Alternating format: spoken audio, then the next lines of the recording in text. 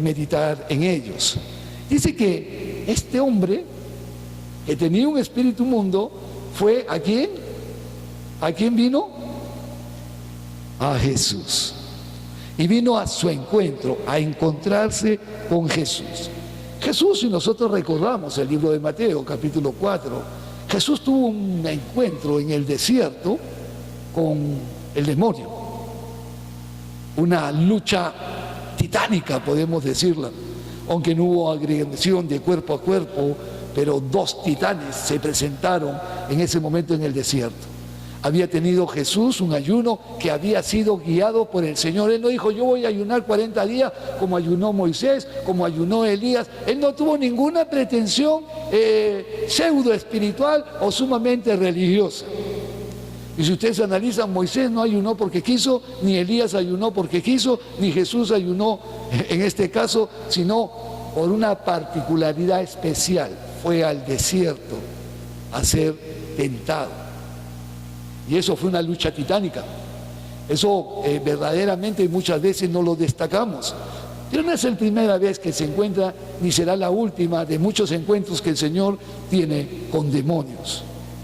Jesús está para prevalecer en todo momento, pero acá lo encontramos no a cualquier demonio, como encontramos la historia que seguimos leyendo. Entonces, estamos en el versículo 2, con un espíritu inmundo, que tenía su morada, ¿dónde? ¿Dónde vivía este hombre? ¿Cómo se hacía? ¿Qué dice? Capítulo 4. Mas las cadenas habían sido hechas pedazos por él y desmenuzados los grillos y nadie le podía dominar. Vamos a quitarle. Este hombre no tenía el prestigio de Houdini. No era Houdini. Este hombre no era ningún mago. Este hombre, el metal sumamente duro, dice que lo partía y los grillos los desmenuzaba. Tenía una fuerza increíble. No era alguien con quien usted ni yo quisiéramos encontrarnos en algún momento en esta vida. Solamente el saber, el tremenda fuerza que tiene, a cualquiera sencillamente lo espanta. Pero no está cualquier persona a quien se está presentando él.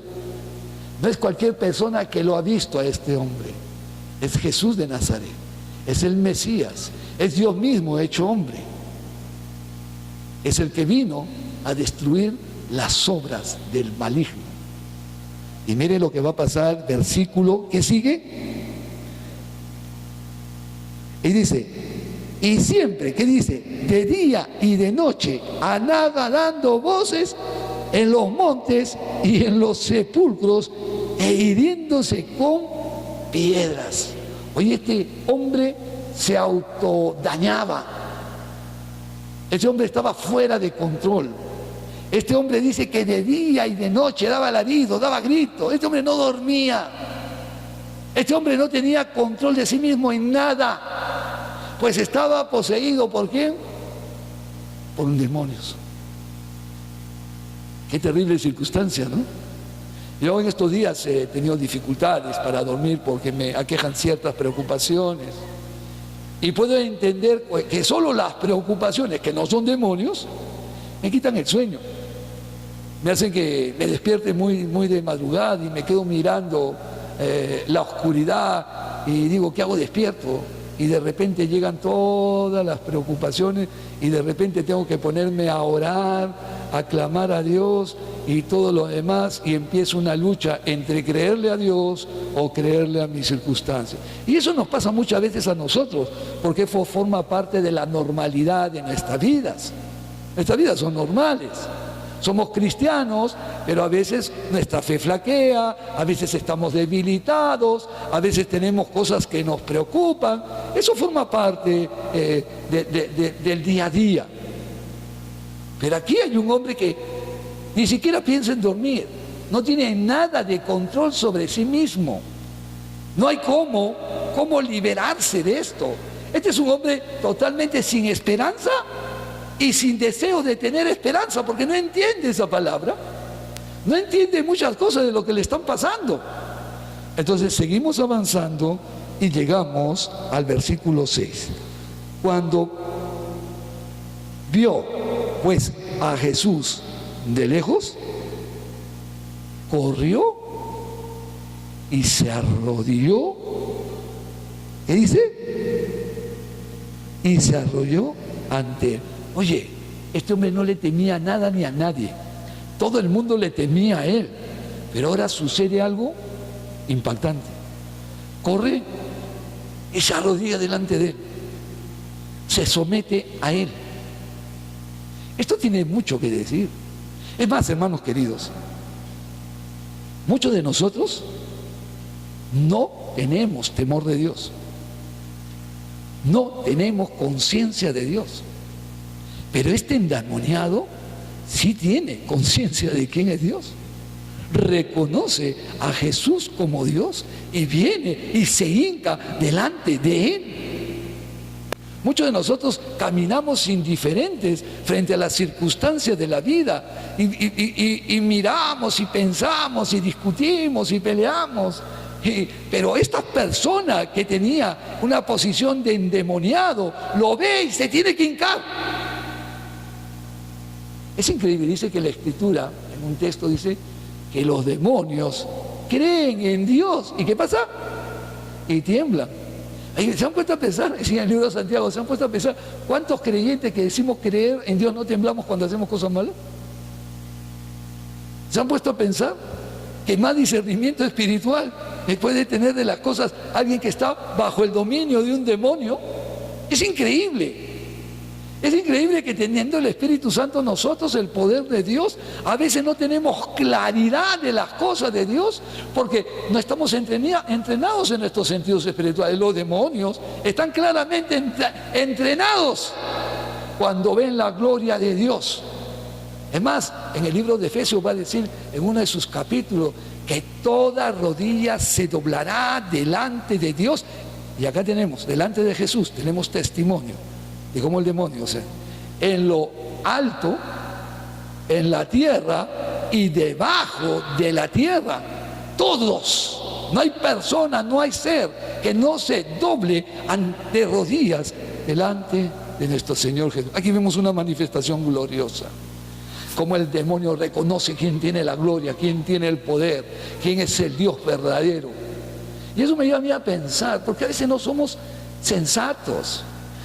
Al leer la Biblia tenemos que descubrir que esa gente endemoniada tiene conciencia y temor de Jesús más del que nosotros tenemos.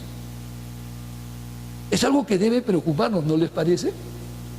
Que nuestros sentidos espirituales no estén entrenados para ver la gloria de Dios.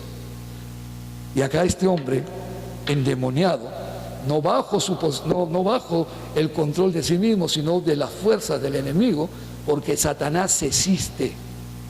Satanás ha sido vencido en la cruz, pero la Escritura habla claramente de la existencia de él y que verdaderamente está buscando qué estorbar en tu vida y en mi vida. El que lo venció en la cruz fue Jesús. Nos dio el poder de andar en victoria.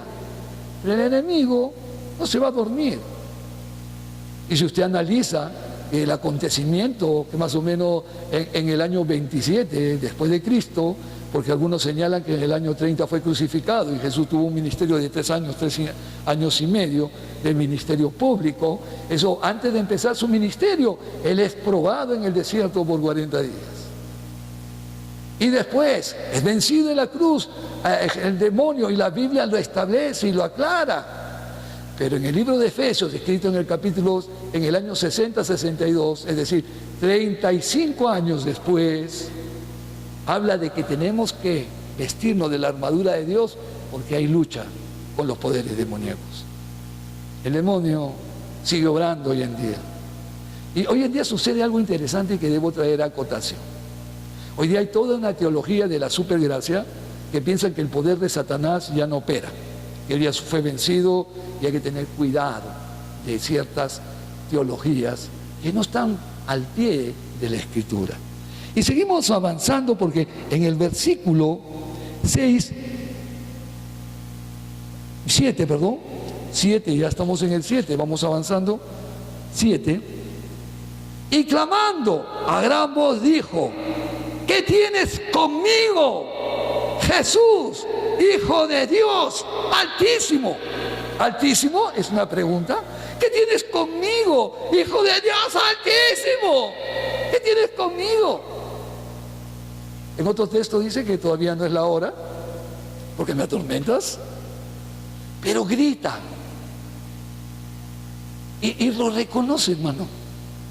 Este no conocía ni a su mamá, no reconocía ni a su mamá, ni a su papá, ni a su vecino, ni a algunos que fueron compañeros, nada. Él vivía en lo que se puede catalogar hoy en día comúnmente en una posición de orate, de haber perdido totalmente conciencia de todo. Estaba apartado del mundo, pero va y reconoce quién es: Jesús, Hijo del Dios Altísimo. No es cualquier Jesús. Tú y yo nos podemos llamar Jesús. Y somos hijos de Dios por adopción, pero no por engendrados, como en el caso de Jesús, que es el unigénito, el único engendrado por Dios. Todos somos por adopción, por creer en Jesús. Somos adoptados. Debemos sentirnos agradecidos porque Dios nos adoptó. Y nos dice así: ¿qué dice conmigo, Hijo de Dios Altísimo? Te conjuro por Dios. ¡Ay, qué atrevido! Lo conjura, sin vergüenza, bandido, endemoniado, pues, endemoniado. Te conjuro por Dios. Claro, porque sabe que te conjuro por Dios. ¿Qué cosa? Que no sigas. Oye, ya solo la presencia de Jesús, solo lo que le decía a Jesús, lo atormentaba. Oye, ¿qué tal? La presencia de Cristo atormenta. Los demonios son una realidad, hermano. La Biblia recomienda que estés vestido de la armadura de Dios por algo. Es como que Él ha sido vencido por Jesús y nos ha dado poder sobre Él. Pero también tenemos que entender que el diablo nunca se queda tranquilo. Dice que Él es padre de mentira. ¿De qué más? Él ha venido a matar, a robar y a destruir. Él sigue con su tarea. Nuestra sociedad está bajo el imperio de Satanás y la gente ama más las tinieblas. Y cuando ama más las tinieblas, ama más a la presencia del diablo que a Dios, que es la luz. Seguimos avanzando. ¿En qué texto estamos? Y dice, versículo 7, y clamando a gran voz dijo: ¿qué bien, qué tienes conmigo, Jesús, Hijo de Dios Altísimo? Te conjuro por Dios que no me atormentes. Mas dice, porque le decía: sal de este hombre, espíritu inmundo. Y esas solas palabras eran un tormento terrible para este espíritu inmundo, que afectaba, por supuesto, la persona que estaba ahí. Y nos dice más adelante, y le preguntó, como que Jesús no supiera, como que Jesús no sabe nada. Él está iniciando recién su ministerio de liberación. Él no conoce nada. No, le pregunta para que nosotros entendamos de la dimensión de lo que se está tratando en este caso, para que los discípulos que estaban ahí vieran lo que está pasando, en lo que consiste esto, en lo que consiste el poder de Dios. Siempre habla de un endemoniado porque es una persona que tiene demonio, pero acá va a suceder algo enorme e increíble. Y dice así, y le preguntó: ¿cómo te llamas? Y respondió diciendo: Legión. Me llamo porque somos muchos, como pocor, como así, como bolsa de aquilo de cancha. Y la legión es un término en el cual claramente se identifica a uno de los grupos o de las legiones romanas que están conformadas por 6.000 soldados a más. De 6.000 soldados a más.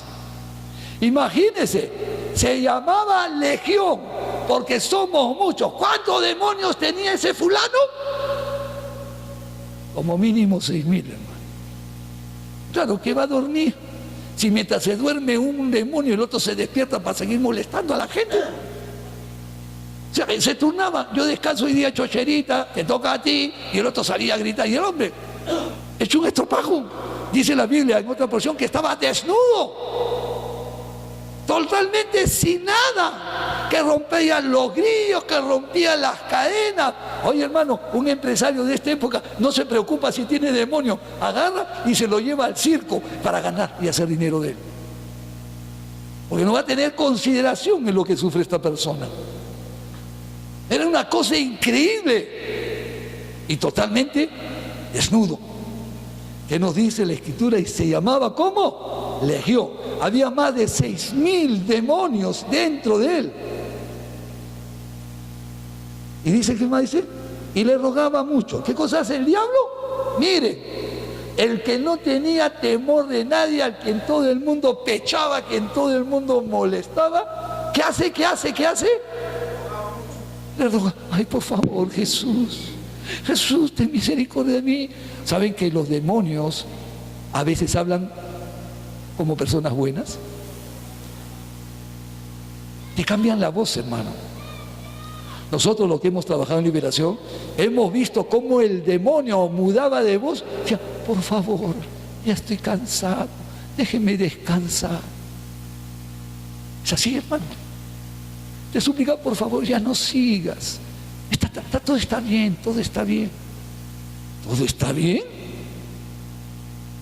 No, no todo está bien. Recuerden, el ministerio de Satanás es engañar.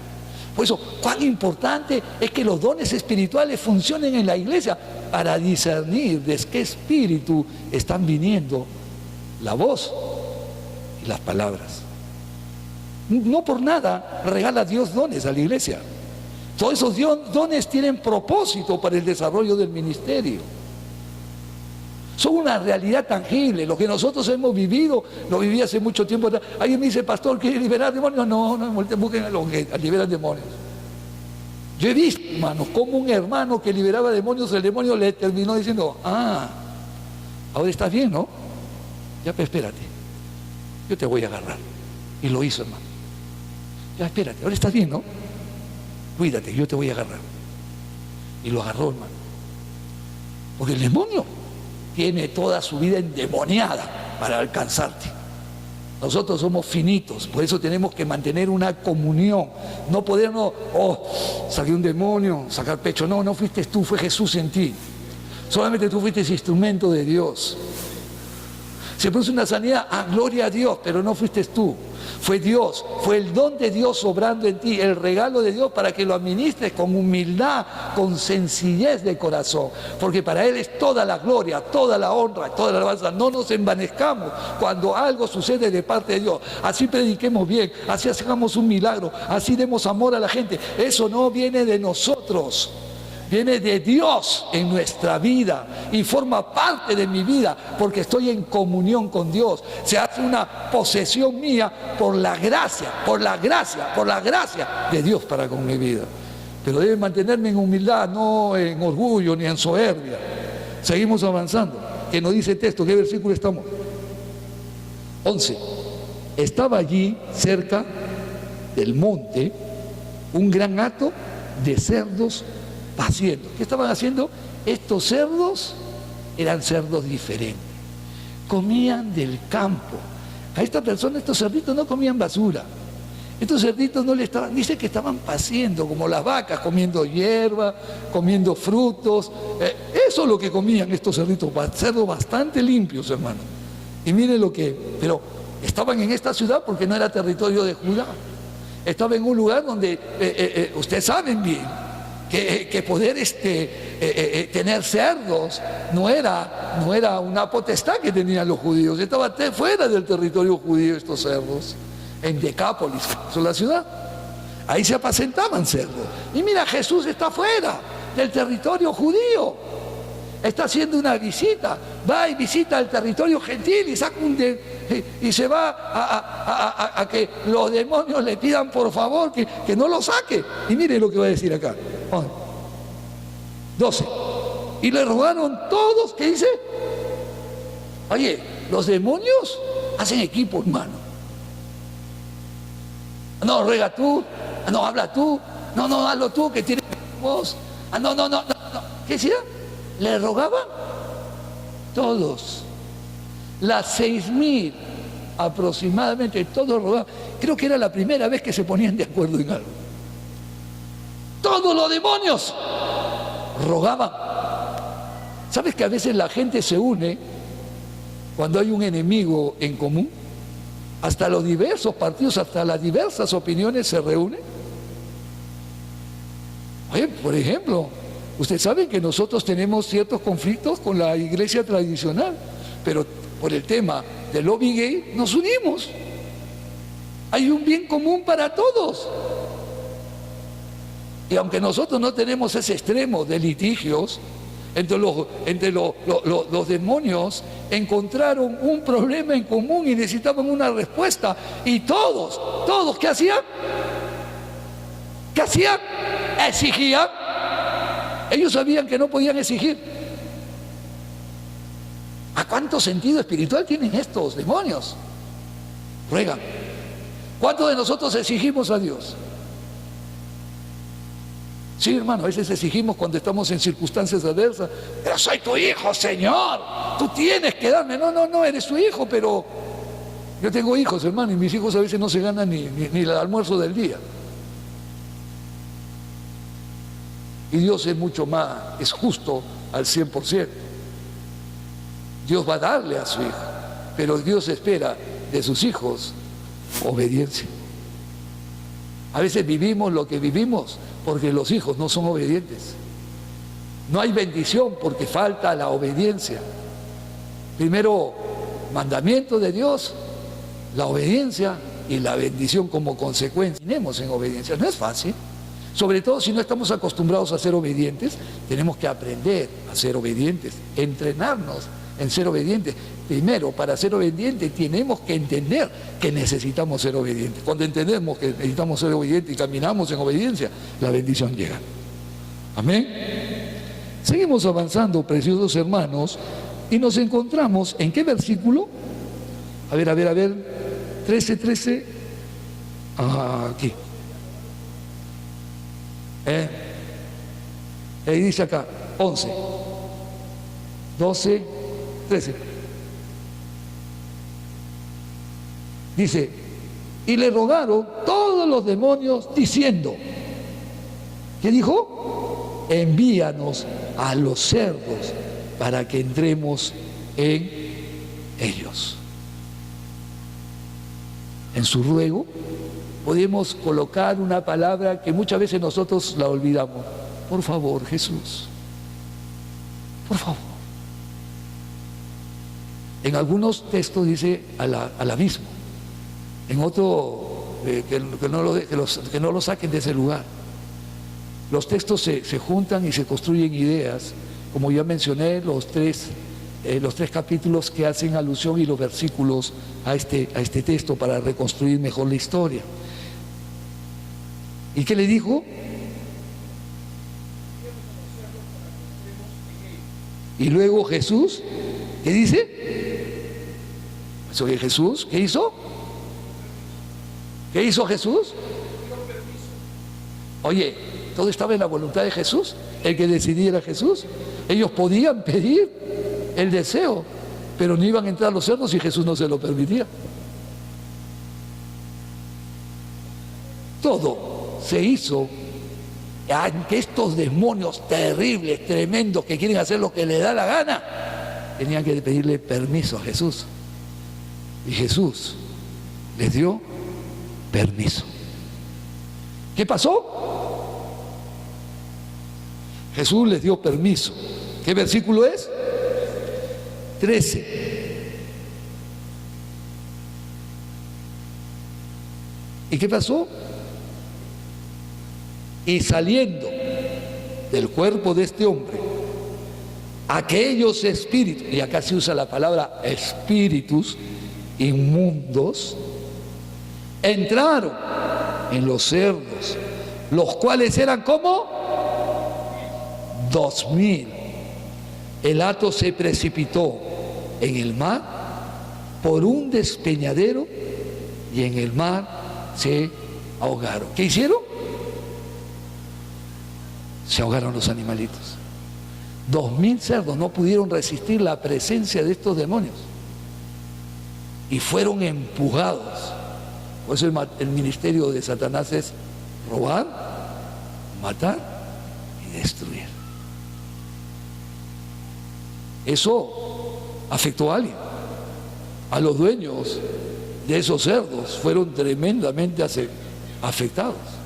Fueron 2000 cerdos que se perdieron en un día, en un momento. Cuando ese espíritu inmundo que producía locura en este hombre, y la Biblia habla claramente, el libro de Lucas también, que es un médico y sabe diferenciar entre un lunático, un endemoniado y cualquier otro tipo de enfermedad, lo menciona claramente como endemoniado. Claramente está definido el estado mental y espiritual de esta persona, un endemoniado.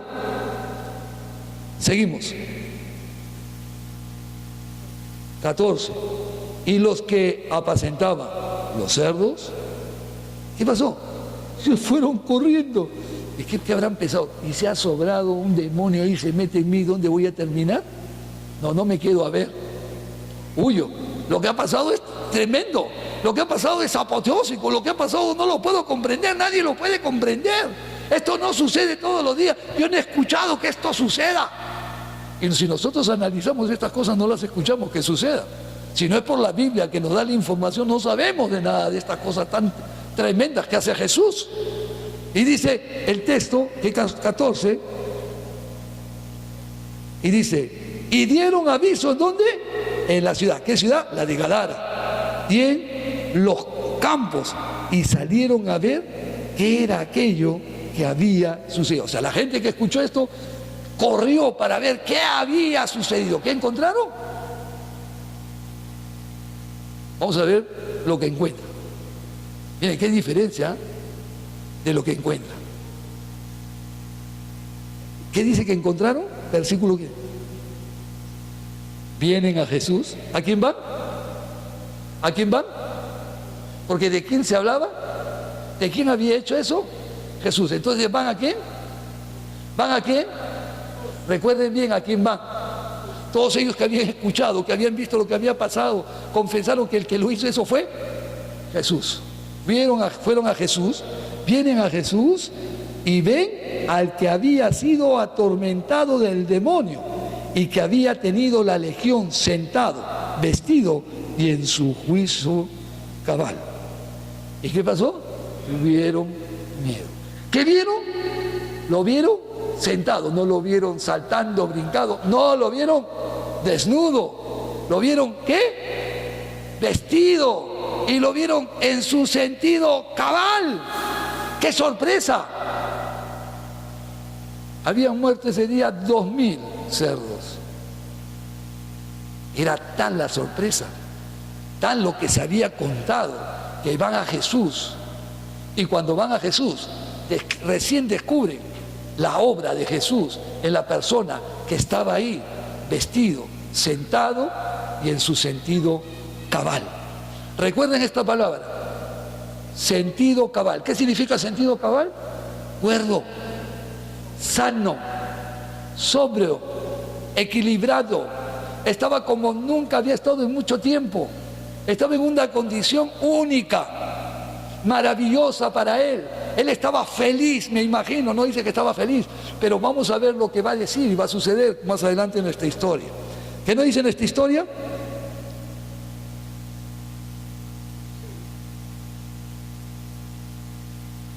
Dice que vienen a Jesús y ven al que había sido atormentado del demonio y que había tenido la legión, sentado, vestido y en su juicio cabal. ¿Y tuvieron qué cosa?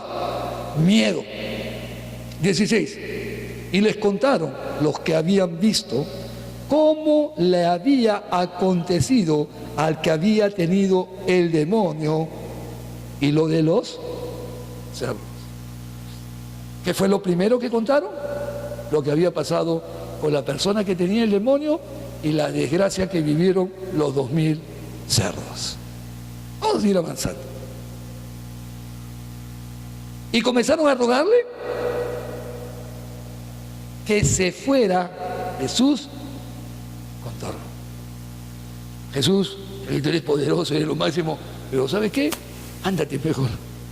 No vayas a hacer que hagas otra cosa. Y de repente no estamos preparados. Recuerde, esta ciudad no está formada por judíos. Es gente gentil.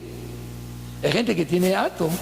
Dice la Escritura que Jesús vino a los suyos, mas los suyos no lo recibieron. En el libro de Juan, escrito algunos años después. Queremos que primeramente el Evangelio es predicado a los judíos y después a los gentiles. Hay casos excepcionales de gentiles que buscan a Dios, pero son contados con los dedos de la mano, no hay más. Pero acá va a suceder algo totalmente sobrenatural, en una encomienda que vamos a ver más adelante. Y dice, versículo 18, al entrar él en la barca, el que había estado, ¿qué cosa? ¿Qué hacía? ¿Le rogaba? ¿Qué rogaba? Oye, el que había recibido el favor de Dios, ¿qué hace? ¿Cuántos de nosotros hemos sido perdonados de nuestros pecados? ¿Cuántos de nosotros hemos sido sanados? ¿Cuántos de nosotros hemos sido liberados? Y no nos acordamos que Jesús nos hizo esto. No nos acordamos. Él tiene una conciencia clara, una lucidez que deberíamos tener nosotros. La lucidez, la cabalidad se va a evidenciar en ese acto. Señor, quiero estar contigo. ¿Cuántos de nosotros en nuestra oración, en nuestro deseo, Señor, quiero estar contigo, quiero adorarte, quiero servirte, quiero comprometerme en tu obra, sé que la iglesia es el cuerpo de Cristo, quiero estar a responsabilidades de esposo, digo, todo eso. Todo eso forma parte de la vida cristiana. Es más, el Señor nos manda a hacer esta tarea, cumplirla, pero sobre todas las cosas. ¿Cuál es el primer gran mandamiento? Amarás, oye Israel, el Señor, tu Dios, uno solo es. ¿Y qué más dice? ¿Qué dice? Y a Él lo amarás con toda tu corazón, con toda tu alma, con toda tu mente y con todas tus fuerzas. Y el segundo mandamiento es similar al, o es semejante al primero. Amarás a tu prójimo como a ti mismo. Ese es el cumplimiento de la tarea. Esa es mi tarea, mi manifestación gloriosa de Cristo en mi vida, mi cabalidad completamente establecida en la presencia de Dios para con mi vida va a suceder eso. Ahí voy a estar en cabal sentido. El cristiano está en cabal sentido cuando entiende esto. Mire lo que pasa más adelante. ¿Qué nos dice el texto? Versículo 19. Mas Jesús, ¿qué cosa? No se lo permite. Oye, Jesús le permite a los demonios que se vayan al acto de cerdos, pero no le permite a este hombre que ha recibido el poder sanador de él, liberador de él, que vaya con él. Interesante, ¿no? Permite a los demonios una cosa y a él no le permite andar con él. Pero vamos a ver qué sucede. ¿Qué dice? 19. Y le dice, sino que le dijo, vete a tu casa, a los tuyos, y cuenta las, ¿qué dice? Y cuéntales cuán grandes cosas el Señor ha hecho contigo y cómo ha tenido misericordia de ti. Ay, hermanos, nosotros olvidamos los favores de Dios, pero todos los que tenemos una experiencia con Cristo tenemos que contarla. Vete a tu casa, habla a tu familia. Queremos evangelizar. Nosotros nos quejamos de que la iglesia está vacía. Quéjate porque no haces nada para llenar la iglesia. Nos quejamos por los motivos y por las razones equivocadas. teniendo una gran comisión, teniendo una gran tarea que hacer, nosotros no predicamos el Evangelio. Y muy probablemente no predicamos el Evangelio porque no tenemos testimonio para predicar. ¿Sabe por qué no predicamos el Evangelio? Porque parecemos igual a todos los demás. ¿Sabe por qué no predicamos el Evangelio? Porque no tenemos temor de Dios. Hasta los espíritus inmundos tienen temor de Dios y nosotros no hemos entendido que debemos andar en temor de Dios y cumplir con su palabra. Pero este gadareno recibe esa palabra del Señor. ¿En qué versículo estábamos? 19, ¿no? ¿Qué nos dice el 20? Léanlo todos, por favor. Y un momentito. Y se fue. Nosotros estamos viendo el tema de misiones, el tema de encargo, el tema de cumplir con una comisión. Este hombre recibe una comisión, ¿o no es así? Este hombre se convierte en un misionero. Después del milagro, se convierte en un misionero. Es un misionero, tiene una misión, tiene una tarea. Y le dice, anda a tu casa y a los tuyos y di las grandes cosas que ha hecho el Señor por ti. ¿Y qué más? Y habla de la misericordia que Dios tiene para con él. Porque no era prometido a él la salvación, era para los judíos. La misericordia de Dios favorece a este hombre de una manera sobrenatural y le da una gran tarea. ¿Y qué hace? ¿Qué hace? Dice el versículo 20, lo repetimos desde el inicio. Y se fue. ¿Qué hizo? Obedeció. No se quedó ahí. Dice, y se fue. ¿Qué hizo? Y comenzó a predicar, a publicar en Decápolis, en toda esa región. Él empezó a atestiguar del poder de Dios y su misericordia, del dominio del Señor sobre los espíritus inmundos, cómo había sido cambiado, cuánta gente que lo había conocido, cuánta gente que lo había visto desnudo. Era difícil que lo reconociera ya vestido, pero algo tendría para que se dé cuenta. ¿Y qué hacía? ¿Y qué hacía?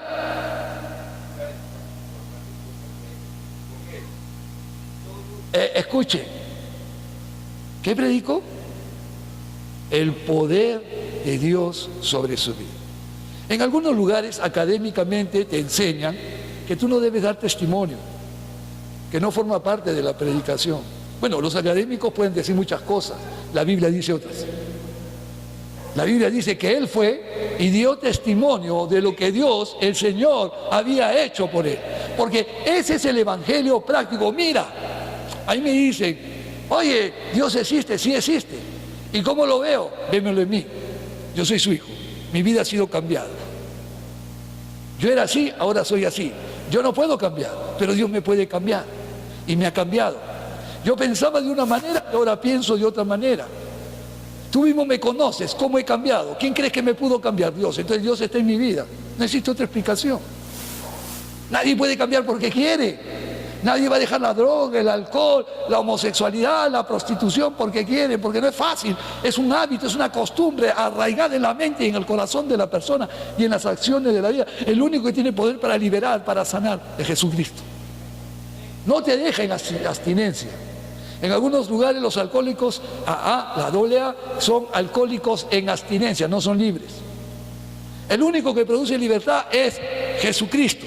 Si usted tiene un problema en una área de su vida demasiado fuerte, acá tenemos un programa que se llama Celebremos la Recuperación. Ya empieza el día 7 de septiembre.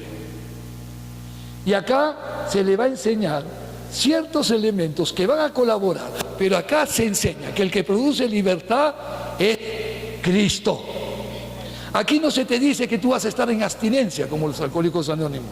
Acá se te dice claramente que la palabra tiene poder para liberarte, para sanarte, para transformarte y para que tú seas una persona en otra condición a la que viniste a este lugar. Amén. Ya saben, 7 de la noche, en punto 7:30. Ya 7 de la noche empieza la reunión. Vengan, hermanos queridos. Por muchos años lo llevó el ministro Germán luchando y bregando, pero permanece. ¡Eh! ¡Eh! ¿Y sabes qué? Es que la gente se maraville. Porque la Biblia dice que la gente se maravilla cuando se testimonia del poder de Dios en tu vida. Y la gente dice, oye, ¿cómo has cambiado?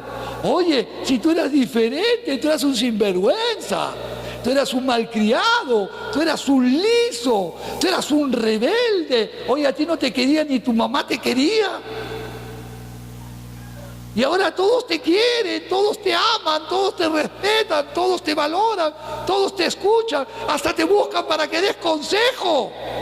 Oye, hasta tienes la palabra de poder que cambia vidas. La gente tiene que maravillarse de ti. No tienes que haber sido endemoniado necesariamente. La gente tiene que maravillarse de la nueva vida que tú y yo tenemos. La gente tiene que vivir sorprendida de lo que Dios hace en nuestra vida, porque para eso es Dios obrando a favor nuestro.